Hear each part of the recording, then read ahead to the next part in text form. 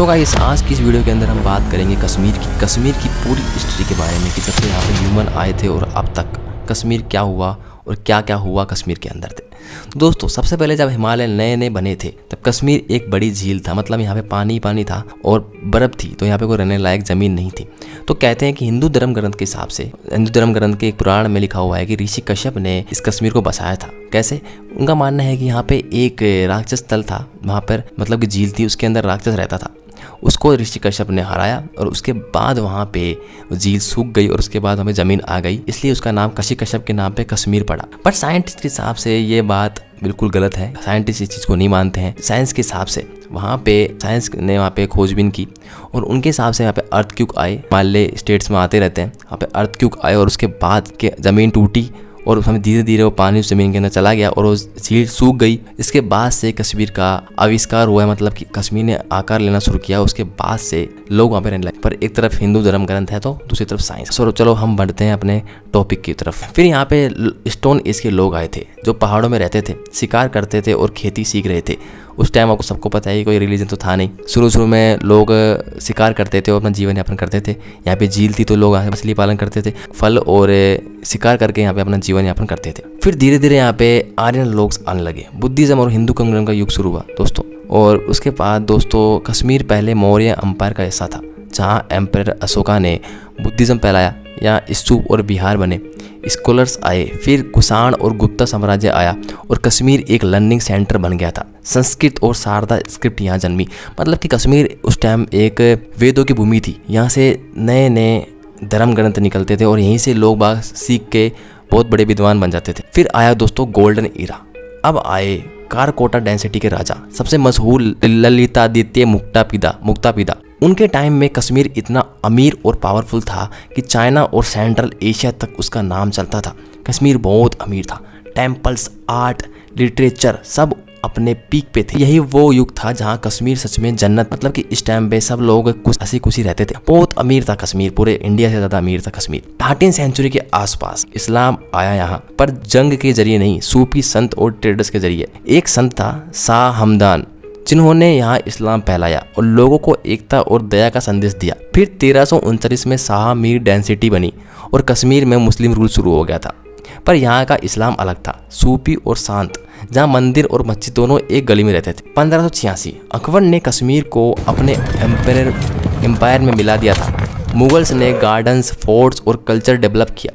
शालीमार बाग, निषाद बाग चमत्कार बने और साथ ही साथ पर्शियन और हिंदी लैंग्वेज का मिक्स होके उर्दू भी यहीं भी आई। लेकिन 1747 के बाद अफगान, जो कि दुर्रानी अंपायर था, उसने जुल्म शुरू कर दिया था, तो हिंदू और मुस्लिमों के बीच दरार आ गई थी और वो एक दूसरे से लड़ने लग गए थे, जो कि लड़ाई अभी तक चली आ रही है और वो आपको पता ही है। फिर 1819 के अंदर महाराजा रणजीत सिंह ने कश्मीर वापस ले लिया था और सिख रूल्स आया, जिसमें थोड़ा सुकून मिला और वापस लोग शांति से रहने लगे। 1846 एंग्लो सिख वार के बाद ब्रिटिशर्स ने ट्रीटी ऑफ अमृतसर साइन की और कश्मीर डोगरा राजा गुलाब सिंह को 75 लाख रुपए में दे दिया था। मतलब कि अब कश्मीर राजपूतों के हाथों में था, जो कि एक जन्नत थी, वो इतने सस्ते दामों में बिक गई थी। डोगरा राज 100 साल तक चला, पर लोग डिवाइड रहे। राजा हिंदू, लोग मोस्टली मुस्लिम और बीच बीच में बरसों की खामोशी, मतलब कि लोगों के बीच में मनमुटाव हमेशा रहता था, क्योंकि मुस्लिमों की आबादी ज़्यादा थी और उनको ये वो नहीं चाहते थे कि हमारे ऊपर कोई हिंदू शासन करे। फिर आता है टर्निंग पॉइंट 1947, भारत और पाकिस्तान बने। कश्मीर का रूलर हरी सिंह थे। उन्होंने सोचा कि बाकी ना भारत ना पाकिस्तान, हम आज़ाद रहेंगे।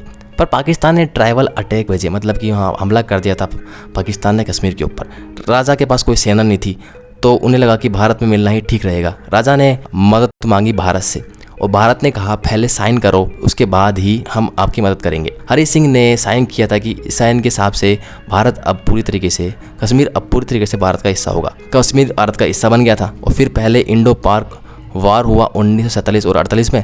यूएन ने सीजफायर करवाया और कश्मीर 2 टुकड़ों में बट गया था, जो कि पीओके था, पाकिस्तान ऑक्यूपाइड कश्मीर, वो भारत पाकिस्तान चला गया था और जम्मू कश्मीर, जो कि आज का कश्मीर जम्मू कश्मीर है, वो इंडिया में रह गया था। अगर उस टाइम भारत की सरकार और मजबूत होती और अगर हम अभी आज़ादी की लड़ाई से उभरे ना होते तो पूरा कश्मीर हमारे हाथों में होता। उसके बाद दोस्तों इंडिया ने कश्मीर को स्पेशल स्टेटस दे दिया था आर्टिकल 370 के जरिए। 1949 से लेकर 1980 होने के बाद आर्टिकल 370 यहाँ पे लगा दिया गया था। उनके पास अपना फ्लैग होगा, कॉन्स्टिट्यूशन होगा और कानून भी होगा, ये सब था इस आर्टिकल के अंदर।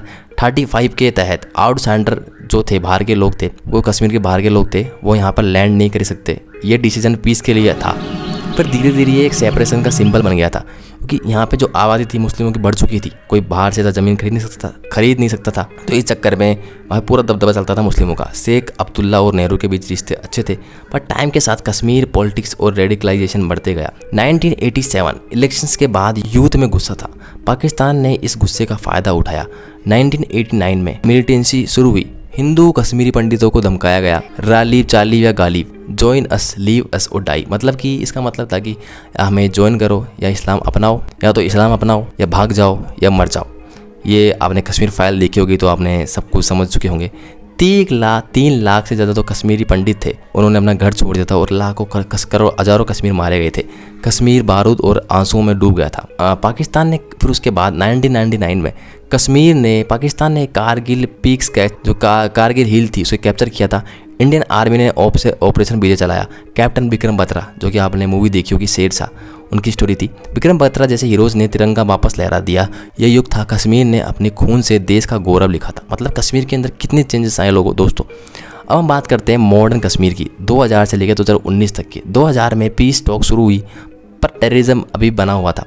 उसके बाद से पाकिस्तान ने भी टेररिज्म यहाँ पे अपनाना शुरू कर लिया था। वो अपनी सेना नहीं भेजते थे, क्योंकि सेना तो लात खा के वापस आ जाती थी, तो उनने आतंकवादी का सहारा लिया। 2016 में बुरहान वानी एनकाउंटर ने फिर से प्रोटेस्ट बढ़ा दिया था। 2019 में पुलवामा अटैक हुआ, 40 CRPF जवान शहीद हुए थे। इंडिया ने जवाब दिया बालाकोट एयर स्ट्राइक से। और फिर 5 अगस्त 2019 को मोदी सरकार ने आर्टिकल 370 को परमानेंटली हटा दिया था। जो उनका स्पेशल सिंबल था वो सब कुछ हट चुका था।